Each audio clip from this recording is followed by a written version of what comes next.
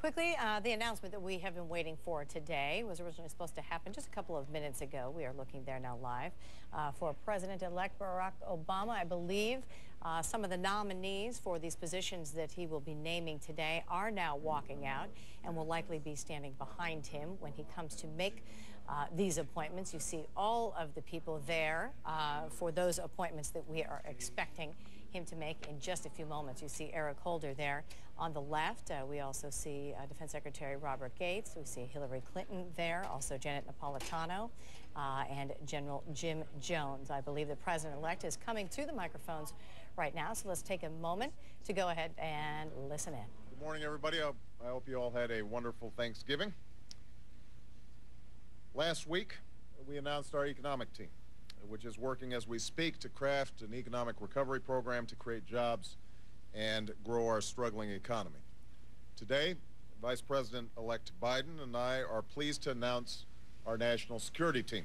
The time has come for a new beginning, a new dawn of American leadership to overcome the challenges of the 21st century and to seize the opportunities embedded in those challenges. We will strengthen our capacity to defeat our enemies and support our friends. We will renew old alliances and forge new and enduring partnerships.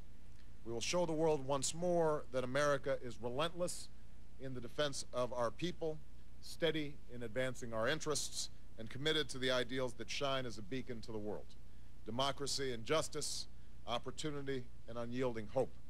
Because American values are America's greatest export to the world.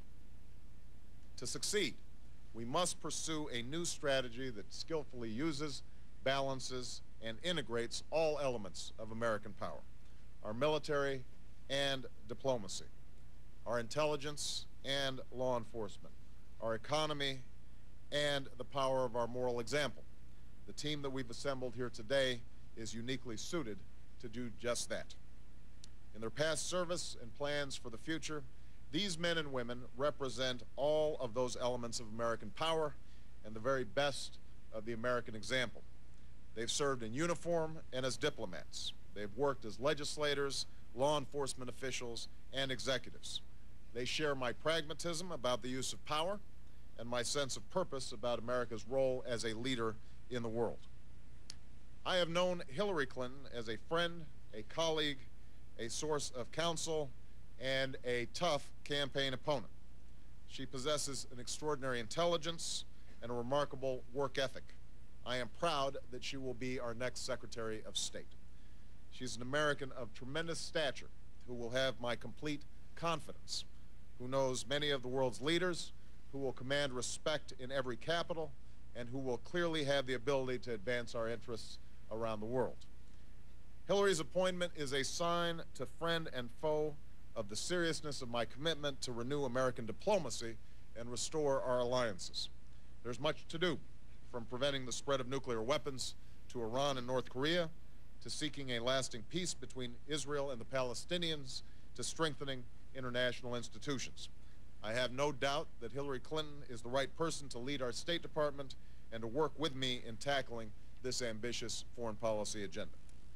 Now, before I take questions, I'd like to invite my team to say a few words, and I'm going to start with my dear friend, Hillary Clinton.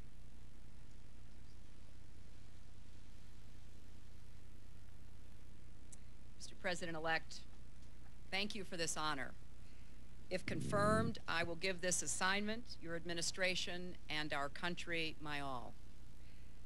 I also want to thank my fellow New Yorkers who have for 8 years given me the joy of a job I love, with the opportunity to work on issues I care about deeply in a state that I cherish. And you've also helped prepare me well for this new role. After all, New Yorkers aren't afraid to speak their minds and do so in every language. Leaving the Senate is very difficult for me.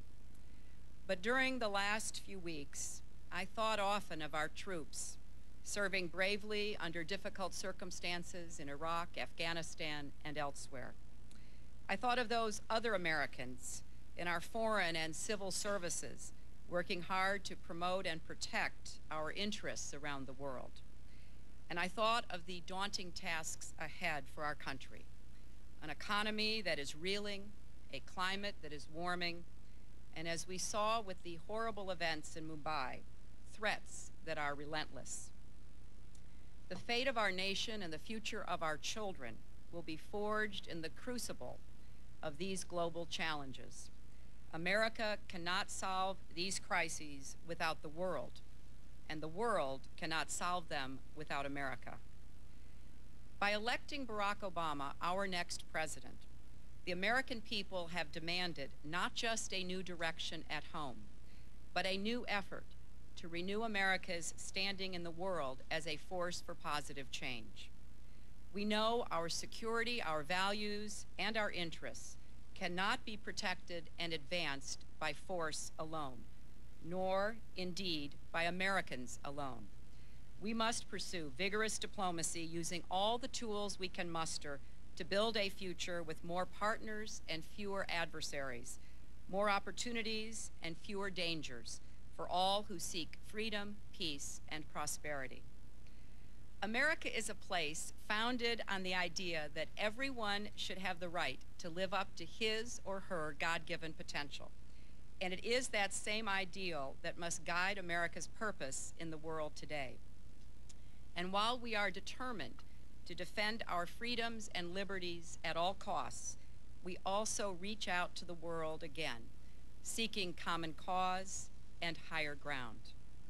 And so I believe the best way to continue serving my country is to join President-elect Obama, Vice President-elect Biden, the leaders here, and the dedicated public servants of the State Department on behalf of our nation at this defining moment. President Kennedy once said that engaging the world to meet the threats we face was the greatest adventure of our century. Well, Mr. President-elect, I am proud to join you on what will be a difficult and exciting adventure in this new century.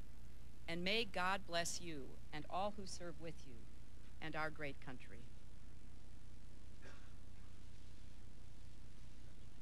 These are extraordinary times. That is not a flight of a fancy or exaggeration. These are extraordinary times. We face extraordinary challenges. But I am, as the President-elect is, optimistic, absolutely optimistic, that this team, with the President-elect at our helm, will see to it that America leads not only by the example of our power, but by the power of our example.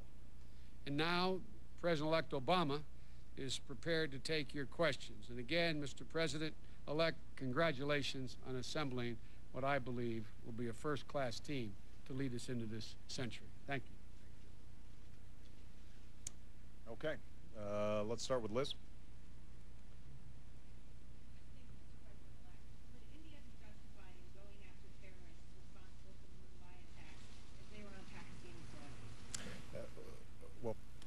Peter Baker. Thank you, Mr. President-elect. You talked about the importance just now of having different voices and robust debate within your administration. But again, going back to the campaign, you were asked and talked about the qualifications of your nominee for Secretary of State, and you belittled her travels around the world, equating it to having teas with foreign leaders, and your new White House counsel said that her resume was grossly exaggerated when it came to foreign policy. I'm wondering whether you could talk about the evolution of your views of her credentials since the spring. I think this is fun for the press to try to stir up whatever quotes were generated during the course of the campaign.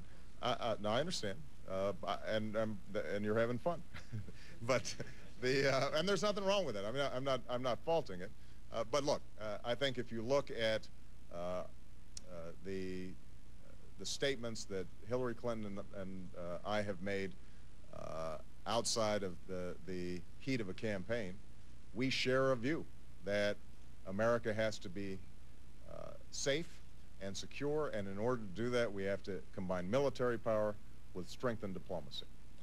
And we have to build and forge stronger alliances around the world so that we're not carrying the burdens and these challenges by ourselves.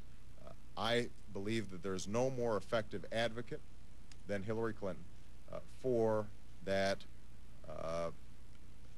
well-rounded view of how we advance American interests. She has served on the Armed Services Committee in the Senate. She knows world leaders around the world. I have had extensive discussions with her both pre-election and post-election about the strategic opportunities that exist out there to strengthen America's posture in the world. And I think she is going to be an outstanding Secretary of State.